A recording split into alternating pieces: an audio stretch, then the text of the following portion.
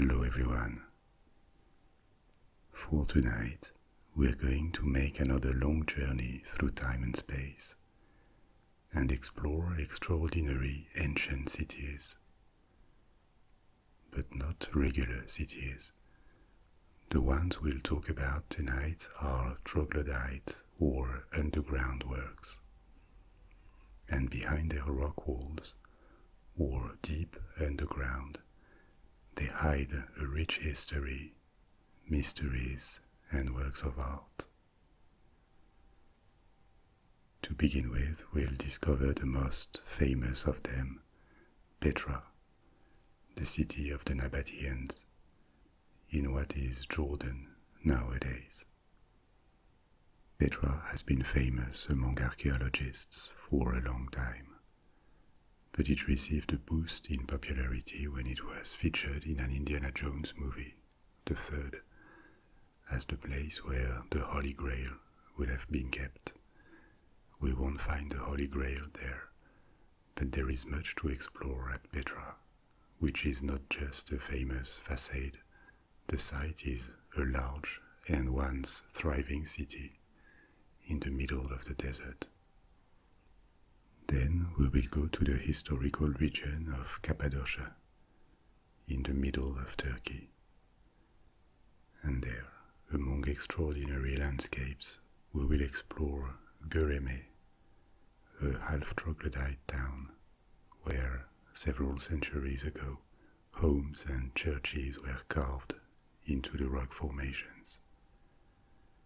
And nearby, we will visit Derinkuyu, one of several underground cities where for centuries thousands of people could find shelter against invaders 200 feet under the surface. Finally, we will go to Poland, near the city of Krakow, and descend into the Wieliczka Salt Mine, also known as the Underground Salt Cathedral. This is no regular mine. Along the centuries, miners slowly carved the mine into a massive complex of rooms and passageways with extraordinary ornaments, statues, chapels, chandeliers. As always, we will explore these places and at the same time discover their history. Who built them, how, why, and when. This is going to be another long journey, and I now invite you to get ready for it. Adopt a comfortable position. Try to let go of the tension in your shoulders, and feel free to close your eyes anytime. You can follow the stories just by listening. It's fine if you fall asleep. There are timestamps in the first comment under the video to resume it another time or to go to a particular section immediately if you wish to. What you are now watching or listening to is also available for download with many more of my stories on my Patreon page in audio and video formats. So if you would like to have them available offline, there is a link to it in the description. And now we're going to begin our stories for tonight with a trip to Petra. The most famous view of Petra is the entrance to what seems to be a Greco-Roman temple carved into a cliff. But there is much more to Petra, and this is what we're going to explore, together with the history of its creators, the Nabateans. Nowadays, Petra is located in Jordan, halfway between the Dead Sea and the Gulf of Aqaba on the Red Sea. This region is fairly arid it is not as desertic as other parts of the Middle East, like a big part of the Arabian Peninsula. But it receives little rain, and mainly during the winter. The environment is rather hostile, but the site where the city was built offered two big advantages. There was a supply of water and a very particular geography, with large rock formations that could hide the city and make it easy to defend. It had only 2 or 3 accessways, one to the northwest, but only through a very narrow mountain trail. Maybe there was one to the south too, and the main one to the east was through a narrow passage between 2 cliffs called the Shaft. At the end of this narrow gorge stands Petra's most famous structure, called Al-Khazneh, the Treasury. We will take a look at it later, but in reality there are dozens of structures, and Petra once had 20,000 to 25,000 inhabitants in the antiquity, making it a significant city at the time. It had thousands of citizens, houses, marketplaces, shops, temples. It provided entertainment. There was a theater too, and shelter to the caravans that traveled along trade routes to Arabia, Syria, the Persian Gulf, the Red Sea, and the Mediterranean Sea. The golden age of Petra was in the 1st centuries AD, and the builders of the city as we know it were an ancient Arabian people, the Nabataeans.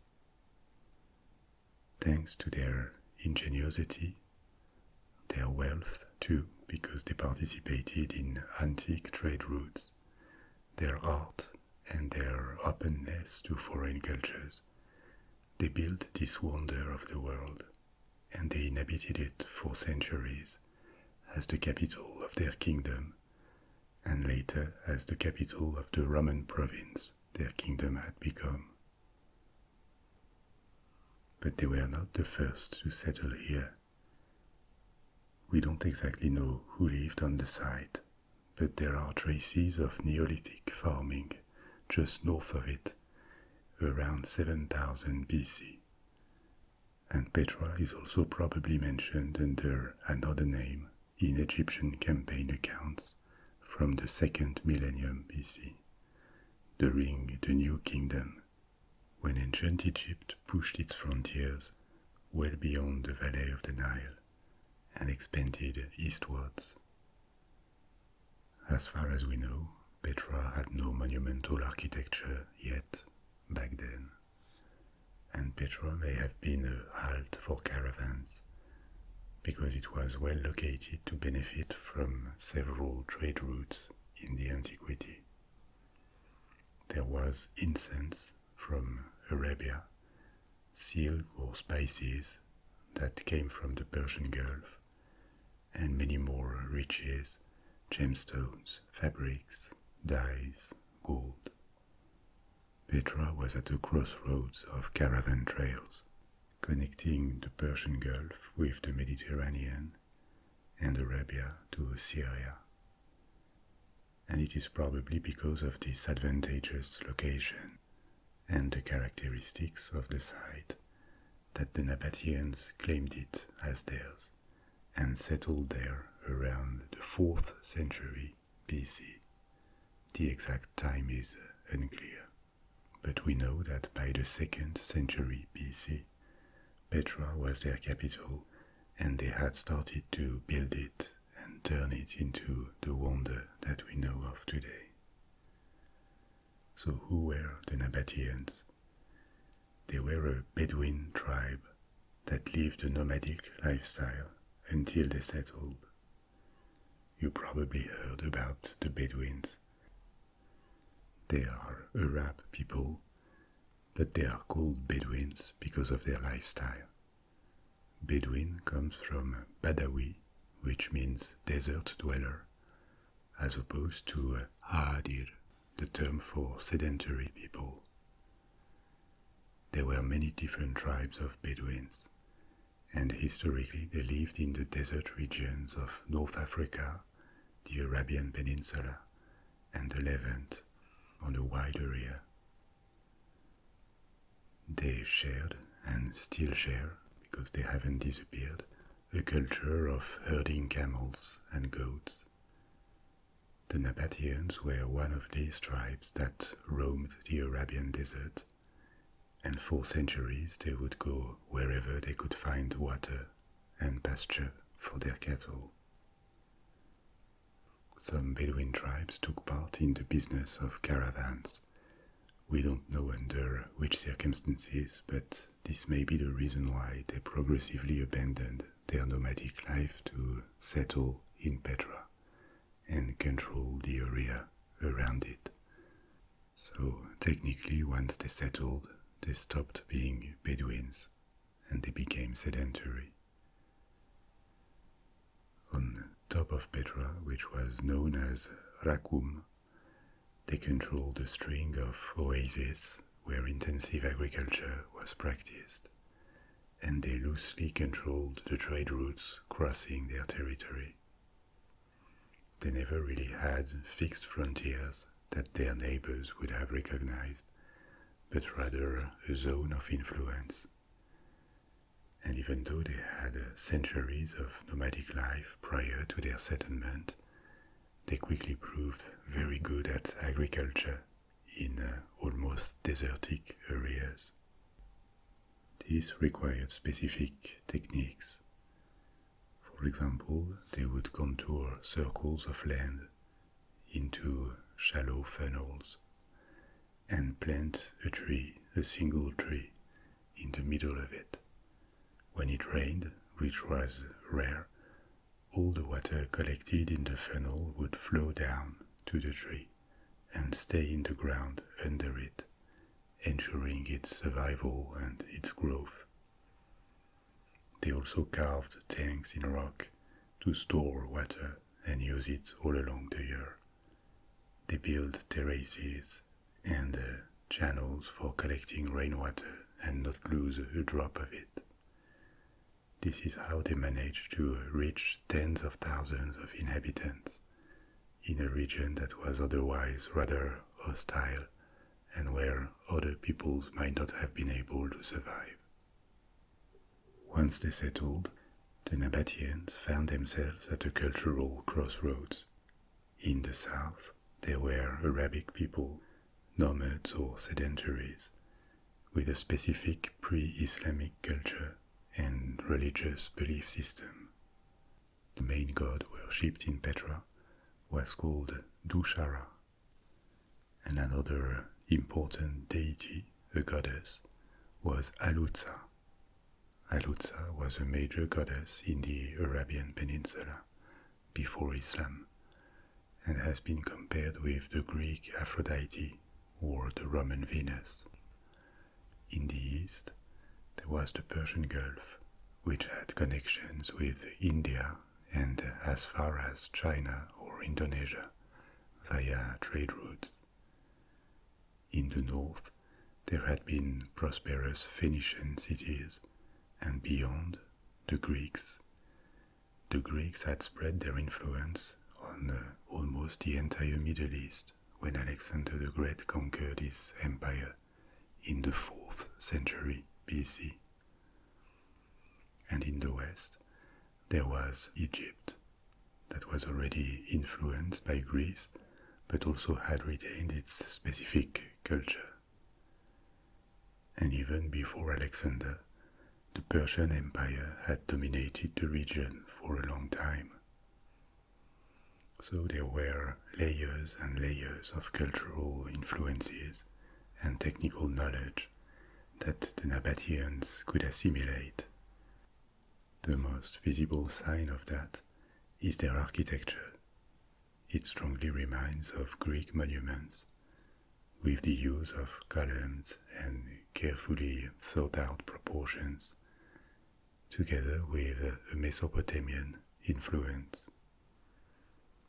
Being at a crossroads of caravans, the Nabateans were open to foreign cultures, and it is likely that along their history they also absorbed other Arab tribes. Petra, as we know it, was mainly built in the 1st century BC and 1st century AD, at the time when Rome was pushing to the Middle East, and when the last pharaohs from the Ptolemaic dynasty reigned in Egypt, including Cleopatra.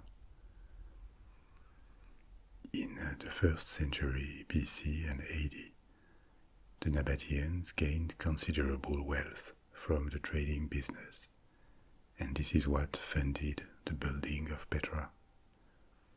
Their capital peaked at maybe 20 to 25,000 inhabitants, and very ornate structures multiplied, including the most famous ones, the Casne, the Treasury, or the so-called monastery.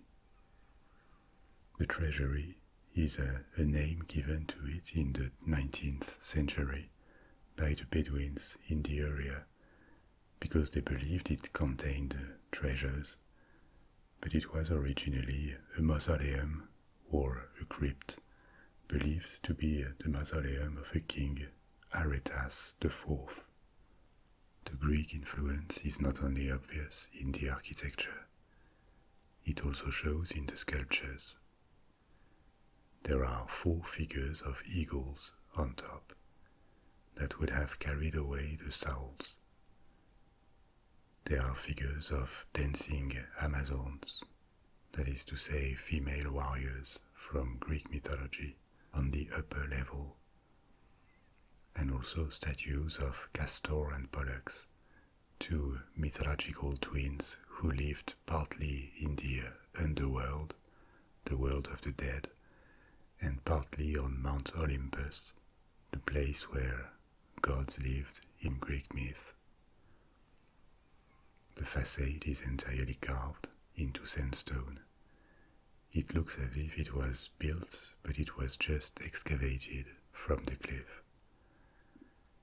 And overall, the decorations remind of the architecture of Alexandria in Egypt in the 1st century BC, and this is not surprising. Ptolemaic Egypt was a major influence culturally and economically on the region at the time. The outside is very ornate, but the inside is not. After the main entrance is a large rectangular room entirely carved in rock. It measures 28 meters by 11 meters, and the ceiling is 10 meters high. Maybe it had a decoration made of stucco, but it has disappeared. Stucco is a type of plaster. It can be modeled when it is wet as decorations, and then it hardens when it dries. It could also be painted. But if these types of ornaments were ever present, they are now gone. This first room gives access to 3 smaller chambers that are empty too. A Bedouin legend says that this building was an ancient treasure room that belonged to the pharaohs of Egypt. It is tempting to imagine these large rectangular rooms filled with coffers of gold and gemstones. But it's actually impossible, because it was built as Egypt was losing its independence to Rome. And at the time we know that the Nabateans occupied the site, not the Egyptians. What isn't clear is whether this place was a tomb and whether it ever received the sarcophagus of a king or just a mausoleum, that is to say, a temple to honor the king's memory. To access the treasury and the rest of the city, people needed to walk through the shaft, the main entrance to Petra. It is a narrow gorge. There are parts where it is just 10 feet wide, and it is 1.2 kilometers long, that is to say 0.7, 0.8 mile. The entrance of the shaft contained a monumental arch. It was destroyed by an earthquake in 1896, and it is now collapsed, but it existed for about 2,000 years. This shaft was the grand caravan entrance into Petra, and it is absolutely spectacular because the cliffs on each side are 300 to 600 feet high. This entrance reminds of the strong defensive position of Petra. Any army trying to enter the city would have had to walk in a very thin column that the defenders could have blocked and harassed from above. Along the shaft there are various underground chambers. Archaeologists believe they were rooms for the guards that defended the main entrance to the city. Another massive structure a little further from the Casne, the treasury, is a theatre positioned to bring the greatest number of structures within view. This theatre is from the Roman period. We'll come back to that in a minute. And as the passage keeps widening, more structures now in ruins appeared to the visitors. Temples, palaces, tombs, houses, towers. Northwest of the city center, high in the hills, stands another monumental building carved out of rock, the so-called monastery. It is an architectural mix of Greek and Mesopotamian styles of construction. There are columns, which are decorative given that the monument is carved. They were not necessary to support any roof, like in Greek structures. Rather than Greek, this style is called Hellenistic, which is like a synonym, but the term Hellenistic describes Greek culture outside Greece after the time of Alexander the Great, when Greek cultural influence expanded well beyond the limits of classical Greek cities and their colonies. The Hellenistic period, by convention, spreads from the death of Alexander the Great in 323 BC to 31 BC, which is the date of the Battle of Actium, when Hellenistic Egypt, Ptolemaic Egypt, was defeated, and the domination of Rome on the east of the Mediterranean began. There are also traces of Mesopotamian influences on the structure, like the single large entrance and depressions on the facade that look like windows, even though they are not. There are also square-shaped tower structures on either side. These kinds of features are typical from Mesopotamian architecture. Like at the treasury, the monastery's inside is less impressive than the outside. There is a single square chamber with a large niche in the back wall. The walls were probably plastered and painted, but none of this remains. It is believed that this building was dedicated to another king, Obodas I, and it is older than the treasury. It is dated from the 1st century BC, and it was probably richly decorated, ornamented, because the king was deified after his death. There are also crosses carved into the walls, and this may be a clue about what happened to Petra, because after its peak in the 1st century, the kingdom of the Nabateans began to decline. At its greatest extent, the kingdom covered a large part of Jordan, the Sinai Peninsula, and a part of Arabia. It even controlled Damascus in the south of Syria for a short period of time. But in the 1st century AD, the Nabateans found themselves increasingly surrounded by the Roman Empire. The Romans had annexed Egypt and Palestine. Syria in the north was also under Roman control. The Nabatean army was defeated in the 1st century BC and Petra besieged, but thanks to its defensive capabilities as a natural fortress, it didn't fall, and the Romans lifted their siege. A compromise was negotiated, and the kingdom of the Nabateans received recognition from Rome against a tribute. In other words, it became a client kingdom of Rome, which was often the first step towards annexation. It took time, and the Nabatean kingdom remained a client state for decades, until 106 AD, during the reign of Roman Emperor Trajan, when it was forced to become a part of the empire, a new province. However, the Nabateans kept prospering under Roman rule. Even though they had lost their independence, the Roman Empire favored security and trade, especially in the 2nd century, and they took advantage of it. Emperor Hadrian visited Petra in 130 AD, and as the capital of a Roman province, the city probably enjoyed high prosperity at the time. There was a Roman influence.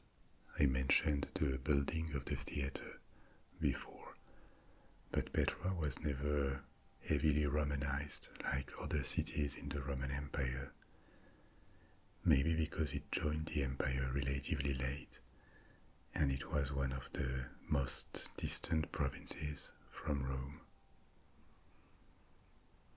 This prosperity lasted until the 3rd century, when the Roman Empire temporarily dislocated. This is called the crisis of the 3rd century. You can listen to the story about the Roman Empire for more details.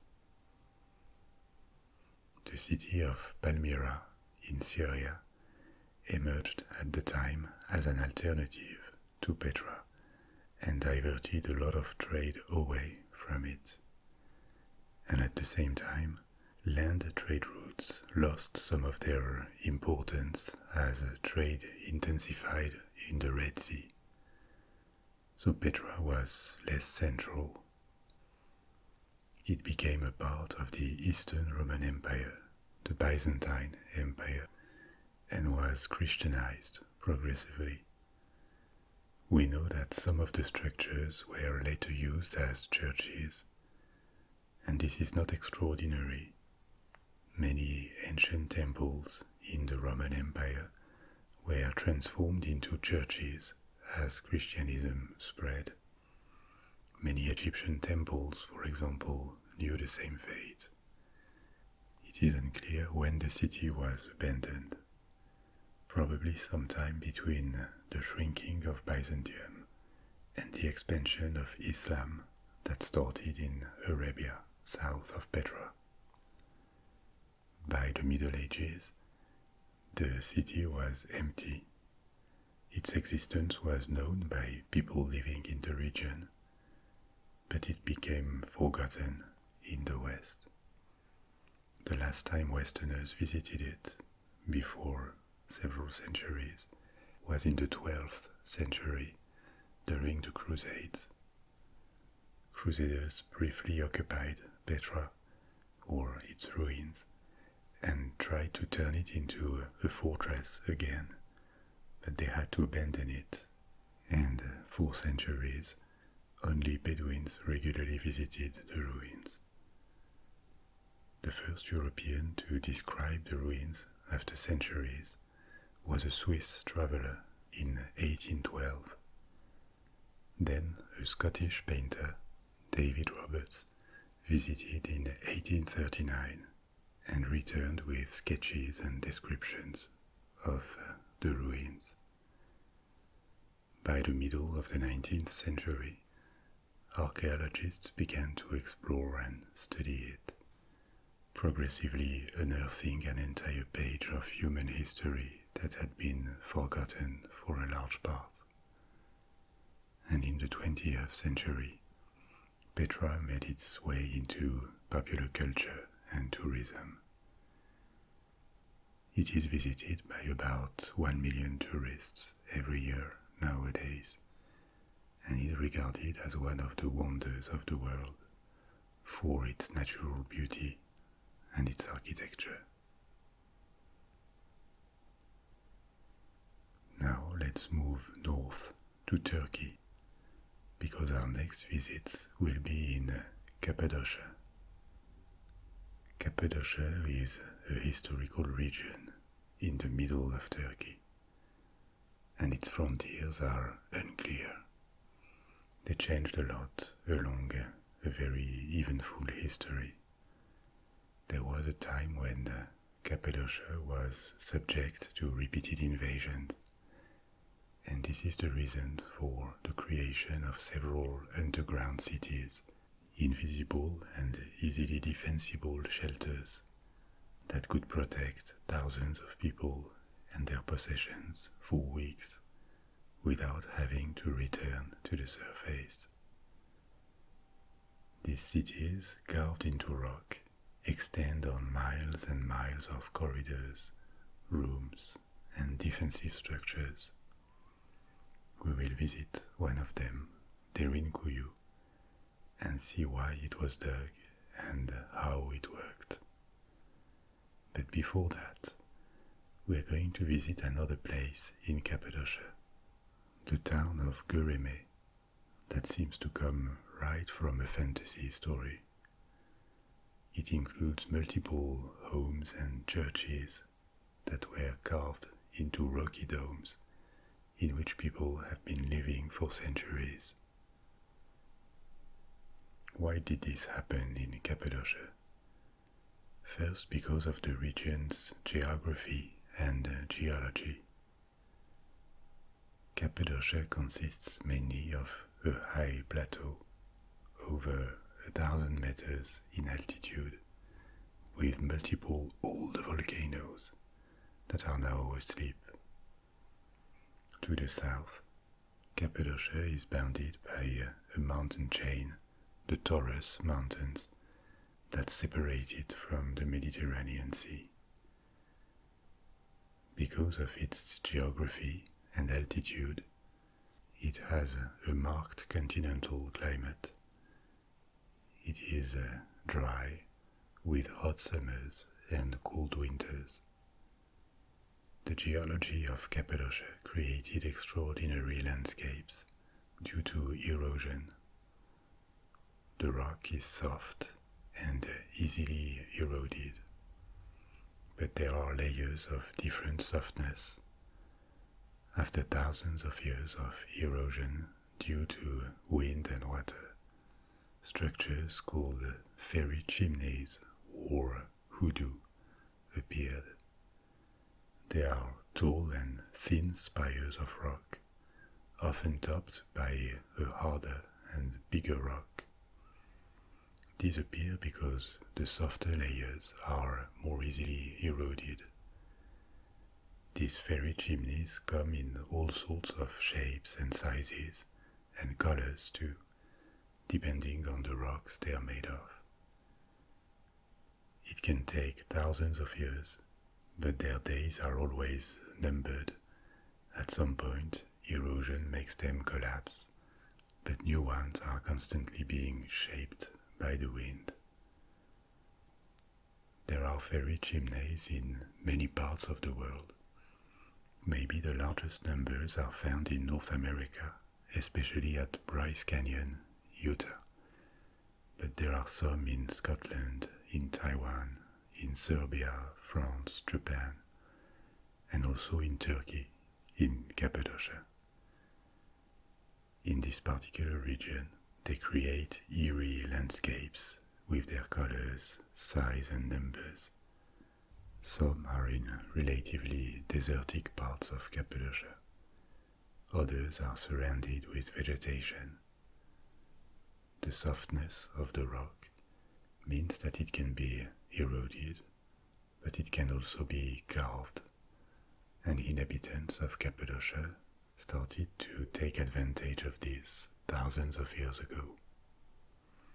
They used rocky domes sculpted by erosion to create small artificial caves that could serve as homes, as parts of homes, or even multi-story buildings with carved doors, windows, and stairs inside or outside.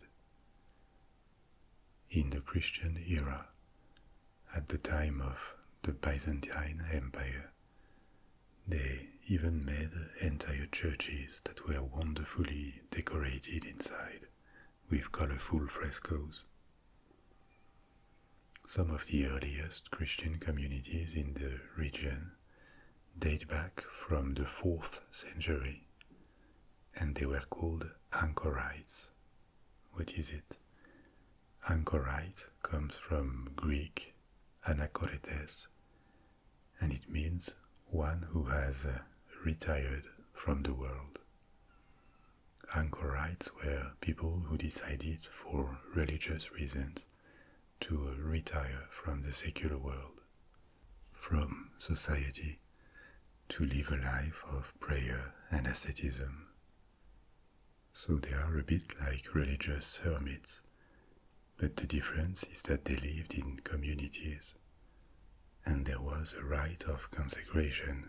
They had a status. This rite looked like a funeral rite. After this ceremony, anchorites were considered symbolically dead to the world. This way of life that appeared in the first centuries of Christianism is regarded as one of the earliest forms of monasticism. So these anchorites in Göreme carved cells for themselves in the soft rock in the 4th century, and small sanctuaries were also probably carved in the following centuries, but they were not particularly decorated until the 9th century. Not just out of a lack of interest or means to decorate churches, but also on religious grounds. Maybe you heard about iconoclasm. It means literally war on icons. Icons are images, or image struggle. The status of images in the history of Christianism was been a controversial one for a long time, based on the interpretation of the Ten Commandments from the Old Covenant. Some considered that the making and worshipping of images was equivalent to idolatry, and so it should be absolutely forbidden because it deflects faith away from God, and it is disrespectful. Humans should not have the audacity to create images themselves. For similar religious reasons, images are prohibited in Islam, in a religious context at least. And religious Islamic art has always been based almost exclusively on geometrical forms, architecture, color, floral patterns, but there are no images of human beings or animals. The controversy about images or icons was also present in Christianity. The official church in Rome always accepted images of saints, biblical figures, and every kind of living being, even encouraging it as a mean to attract believers and give them a visual support that helps them in their quest for God. Over the centuries, Roman Catholicism has developed a very rich iconography, but it doesn't mean it was always accepted everywhere. It is one of the things that thinkers and theologians from the Protestant Reformation criticized. And in the first centuries of Christianism, this rejection of icons was particularly present in the East, in the Byzantine Empire. In the 8th and 9th centuries, religious and political authorities in Byzantium, including the emperors, launched like a war against icons, against religious images, and they forbade their production and even encouraged their destruction. It was only temporary, and Byzantium produced also a very rich Christian iconography along its centuries of existence. But this is one of the elements of disagreement that would later lead to the separation between the Church of Rome and the Orthodox Church. It was not the main reason, and actually iconoclasm had already ended when they separated. I'll come back to that in a future story about Byzantium. But it put more distance between East and West within Christendom during the Middle Ages. So returning to the churches in Göreme, the ones we can admire today were painted and ornamented after the last burst of iconoclasm, and this is why they received a spectacular decoration depicting the saints and religious scenes. Everything from the walls to the pillars and the ceilings was painted with frescoes. And interestingly, the creators of these churches reproduced inside the kind of architecture you would expect in a regular building. The pillars or the vaults are not really necessary. They help consolidate the artificial cave. But instead of inventing new forms for carved churches, they recreated the inside as if they were Byzantine buildings. But even long before these churches were carved in the Middle Ages, inhabitants of Cappadocia had taken advantage of the soft rock for completely different reasons, to create shelters against invaders and political turmoil. The region was populated several thousand years ago already. Turkey is home to some of the most ancient sedentary settlements that we know of around the world. And Cappadocia found itself several times at the frontier between kingdoms or empires at war. There were settlements during the Hittite era, in the 2nd millennium BC. The Hittites were an ancient Anatolian people. Anatolia is the old name of the peninsula between the Black Sea and the Mediterranean Sea that makes most of Turkey nowadays. And the Hittite Empire reached its peak in the 14th century BC. At the time it included much of Anatolia, plus Cyprus and parts of Syria and Lebanon. It clashed with the Egyptians for the control of the Levant. The Hittites were replaced by the Assyrians from Mesopotamia, present-day Iraq, then by the Persian Empire, the Achaemenids, the empire that Alexander the Great conquered. And after Alexander's death, when his empire was fractioned into smaller kingdoms, Cappadocia became a northern region of the Seleucid Empire after Seleucus, one of Alexander's generals. The region was disputed, invaded many times during the antiquity, and it didn't get better after the antiquity. Cappadocia became a frontier region when the Byzantine Empire tried to contain the Islamic conquest. Then it was overwhelmed by the Turks, the Mongols, by Timur, another conqueror from Central Asia. For extended periods of time, Cappadocians lived in fear of a sudden invasion that would wipe them out and destroy all of their possessions. They couldn't defend themselves against such powerful and numerous invaders, so instead they opted for hiding and discouraging invaders from trying to kill them or take them prisoners. And to do so, they dug entire cities underground. It probably started as mere holes connected with tunnels, and over time these structures turned into multi-level underground cities buried deep into the ground, and that could be sealed to prevent anyone from entering. This came with a lot of planning. They needed ventilation, food stores, individual or collective homes, lighting, water.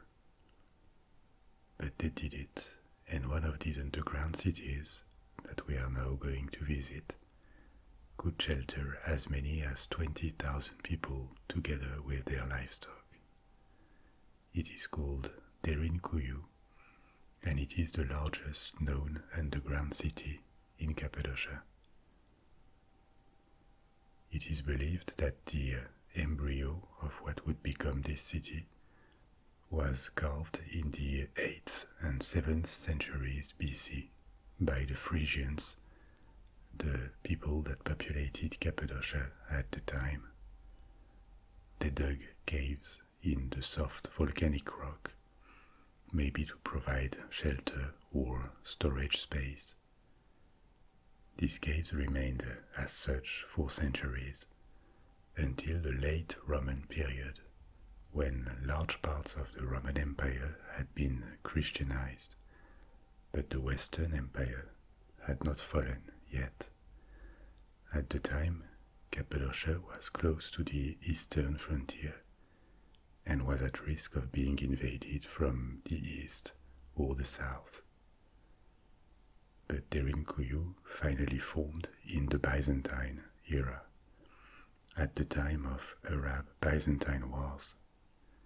These wars raged for a long time, and Byzantium lost a lot of territory from the 8th to the 12th centuries. At the time, Cappadocia was almost constantly at risk of razzias or bigger battles, and the inhabitants excavated more and more to find protection from these. Derinkuyu has at least 5 underground levels, each of them being an extensive network of tunnels, rooms, and staircases that connect the levels. It could be closed from the inside with large stone doors. This mean of protection was found in various underground cities. In a narrow passageway, a large round stone, like a stone grinder, could be rolled to close the way. It could be then reopened from the inside by a few men, thanks to levers, but it was almost impossible to move it from the outside, because invaders had no grip on the stone. Each floor could be closed separately in case control of one floor would be lost. It wasn't just a shelter for a few families. thousands of people could stay underground. They had stables for animals, cellars, storage rooms, refectories, and even chapels. Everything they needed to survive underground until the invaders were gone could be stored or found.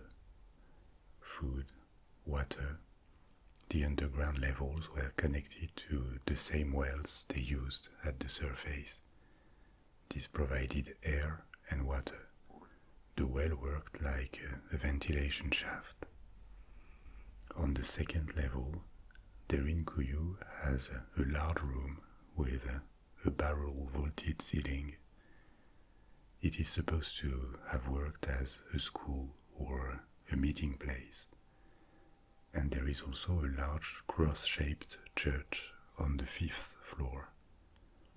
Every time it was used, Derinkuyu must have looked and felt like a giant ant farm for humans, with its maze of hundreds of rooms, tunnels, and stairs. The fifth and lowest level is 60 meters underground. It seems the city worked well along the centuries. It was invisible from the surface to invaders unfamiliar with the region. They had no way to know people were under their feet, and they may have thought that they had just escaped with their possessions. Or maybe they knew about it, but it wasn't worth the effort of digging and fighting an attrition fight underground. In any case, Derinkuyu saved thousands of lives along the centuries, and there is no evidence that it was ever taken. The city was connected to the surface by multiple tunnels, some of them hidden under the houses or in rock formations, and the tunnels stayed closed once everyone was safe underground. All people had to do was wait and send scouts from time to time to check whether it was finally safe to resume their normal life. Once the Turks took possession of Anatolia and later ended the Byzantine Empire, Christians in Cappadocia kept using the city. It protected them during the Mongol invasions and the Timurids until the Ottomans solidified their empire and Cappadocia was no longer invaded for a long time. But for the Christian minority in a region that was progressively becoming Muslim, it remained a refuge to escape authorities. A minority of Greek-speaking people lived in Cappadocia until the 1920s, when there was a population exchange between Greece, that had taken its independence a century earlier, and the new state of Turkey, that had been created on the remains of the Ottoman Empire. These people were expelled from Turkey and moved to Greece. After their departure, the tunnels were completely abandoned and mostly forgotten until the 1960s, when they were rediscovered. There are multiple underground cities in Cappadocia, other than Derinkuyu. Many of them are connected by tunnels between them, and sections of these cities keep being rediscovered. We are now going to move to Poland for our third and last story. This one is of a completely different nature as a location.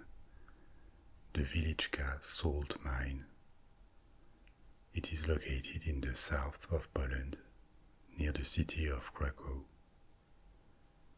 And this site is a very ancient source of salt, and it was exploited as a mine from the Middle Ages to the 20th century. But there are multiple salt mines around the world, What makes this one different is that it also turned into an underground work of art that generations of miners and artists shaped into what it now is. Contrary to what one could expect, there are rarely big white crystals of salt in a salt mine. What is extracted from it is rock salt, which can have various shades of grey depending on the impurities it contains. When there is water infiltrations, another product is brine. Brine is a solution saturated in salt. Typically it contains 25% of salt, because above 25% salt no longer dissolves in water. In general, seawater contains 3 to 4% of salt, so it's far from saturation, and the process to evaporate it is relatively long and labor intensive for the quantity of salt produced. So historically, in regions that were far from the sea and had rock salt deposits, mines were a better alternative. It remains the case nowadays. A major part of table salt around the world is produced in mines. The location of this deposit in Poland was discovered a very long time ago, during the Neolithic, because there was upwelling brine that could be collected. But it became a real mine in the 13th century, when excavation began. Salt was a crucial resource in ancient times, and it remained one until recently because of its ability to preserve food before refrigeration or freezing technologies were invented. Alternatives to salt were to dry food. It works with some of it, like meat, but it is complicated and does not always prevent food from getting spoiled. Or some food could be preserved in sugar, but it was very expensive and completely inaccessible to most people in the antiquity or medieval Europe. So salt was a vital commodity. It was expensive, and it was also a strategic resource for governments, because it could be taxed and often provided a significant part of the state's budget in the Middle Ages. There were no such things as income tax, and most taxes came from transactions on products, from tariffs, or taxes were a share of what people produced, payable in nature. So salt mines and salt works were often rival property, or there was a rival monopoly on them. Over time, as the mine was active for more than 700 years, miners had to dig deeper and deeper, and the mine became gigantic. It is 327 meters deep. That's about 1,000 feet. And the horizontal chambers and passages extend on almost 200 miles. What made this mine different, too, is that miners, on their spare time, began to ornate parts of it. They sculpted statues, they ornamented the walls in some of the chambers, and they created a mysterious, fantastical world underground. There are statues of saints, a reproduction of the Last Supper in bas-relief, a room where the walls were carved to make them resemble wood. There are chandeliers made of salt that shine brightly. The exploration of the mine is like discovering another world, where generations and generations of talented, anonymous artists have offered their contribution for no other gain than the celebration of the place itself. Contemporary artists have also brought additions to the mine in the past decades. This underground world also has an entire lake at the bottom and reflects the history of mining since the Middle Ages. Work was entirely by hand when the first shafts were dug, but bit by bit, treadmills powered by horses and later railroads and electrification changed this underground world. In the Second World War, when Poland was occupied, the Germans turned the mine into an underground weapons factory. The use of underground facilities in Germany or occupied regions grew as the war lasted, because Allied bombings of surface factories made them hard to maintain. However, it was already too late when the Wieliczka factory was ready to operate. The Soviet army was already nearing, and it had to be evacuated before it could produce anything. Salt mining resumed quickly after the war under the new communist regime, and it ended only in the 1990s because it was no longer profitable. So the exploitation stopped, and the mine is now a museum and a tourist destination. Like Petra, Göreme or Derinkuyu, the mine can then be visited. I selected only accessible sites in this story. Maybe some of you already visited these places. But we have now reached the end for tonight. I hope these extraordinary sights made you dream and learn a few things.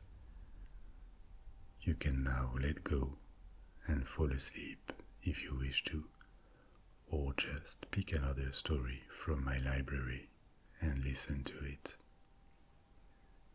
Thanks a lot for your attention, and I'll talk to you soon for another adventure. Au revoir.